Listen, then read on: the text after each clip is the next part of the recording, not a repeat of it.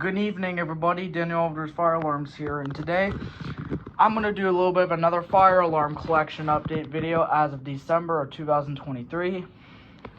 If you're wondering why these two alarms out here, this one's also mine, but this one is not mine. This is actually Greg's alarm, so that's not a part of my collection. So I'm just keeping it in there until next time Greg comes back. Right here, I put this box shows all these two boxes are the only alarms I own in my collection. Without further ado, let's start the collection video. So first up we have is a Simplex 4903 9401 mechanical horn strobe fire alarm. As you can see, I actually had another one. I also have the same cover, but however the mechanical horn is fried, which I'm thinking of getting another mechanical horn for this thing. So that's why it's not in my collection. Made a few videos on this alarm, but after all, it works perfectly fine. I get these alarms off eBay, work perfectly fine. So that's pretty much of that one. My next one, next up is my AutoCall R10 single stroke bell. I made a few videos on this bell already. This is one of my favorite fire bells I have in my collection. It's a little bit heavy too, so I'm going to put it to the side for now. Now let's move on to the pull stations here. Right here, this is a Simplex 2099-9754 pull station. I'm going to pull it for you guys. And it does take the Simplex B key. Put it in. And just like that. If you guys haven't checked out System Test 13, this was in Greg's System Test 13. For now, I'm going to keep my keys in here for now. I also have another Simplex pull station. This is a Simplex 4099-9003 double action pull station. I'm not going to pull it because I don't feel like resetting it all the time. Oh, we got another alarm right here. This is a right here, this is a Simplex 4903. Oh, no, not 4903. This is a Simplex 4906-9101 remote strobe true alert. Smart Sync, unfortunately. I don't like Smart Sync that often because I like it when it's free run, which I'm thinking of getting a free run version of the remote strobe true alert. But, after all, this does work. Next up I have is a Kitty/Edwards pull station. The model number is a K-270 SPO. I'm not going to pull it for you guys because I don't like that little screw on top, so I'm not going to pull it. And yeah, don't worry about that one. It's a knockoff. Anyways, let's move on to box 2. Alright, let's get this lid off and let's move on. Next up I have is a Firelight BG12. This one's hex key. I'm thinking about getting a BG12LX. But after all it does, I used it in my video one time. I might do it again. You never know. Next up I have is a Siemens UMMT. Greg gave me this alarm. The only problem I don't like about it is when you set it off for the first time, the horn will go off only for a second and it stops. Which are two different models of the UMMTs, so, yeah, but after all, it works perfectly fine. Next up is a System Sensor. What's the model number? It is a System Sensor SCRH Spectre Alert Advanced Ceiling Mount Remote Strobe. I got this alarm on my birthday from Greg. Once again, one of these alarms that Greg gave me. Thank you, Greg, for giving me this on my birthday back in October. Next up I have is a Wheelock MT. This one, one thing I like about the Wheelock MTs, you can actually change the coding without a panel, which is really a cool feature. You just change it from that little switches down here. Which I believe right now it's currently set on March time or code 3. I think it's on March time right now. If you guys want me to make another video on the MT, let me know down in the comments. Sorry guys, just give me a second. I gotta move that chair. I'm losing a lot of space here, and I don't want you can guys see my legs a lot. let's just move on.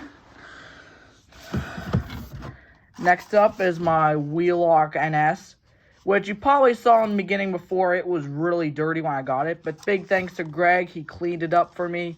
Thank you, Greg, for cleaning up for me. However, it's a little bit broken down here. Ever since I got this in the mail a while ago, I still have not made a video of the NS, which I'm thinking about later today. I'll do a video on the NS.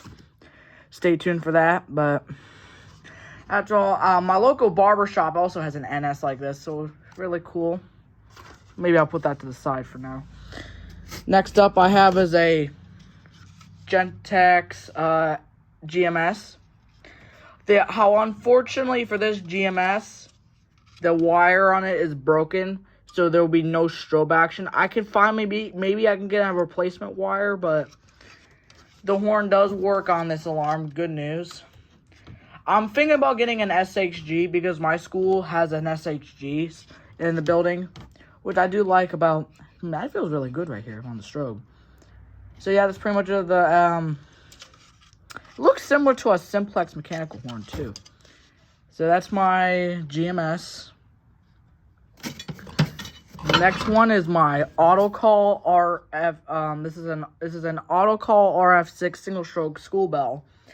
I actually got a comment from a railfanner saying that this is a different model of the bell, so it has the 115 amps, which won't work for 24 volt DC, which is a big shame because some of them will say like AC DC series. It's not like my AutoCall R10 bell that's over there, but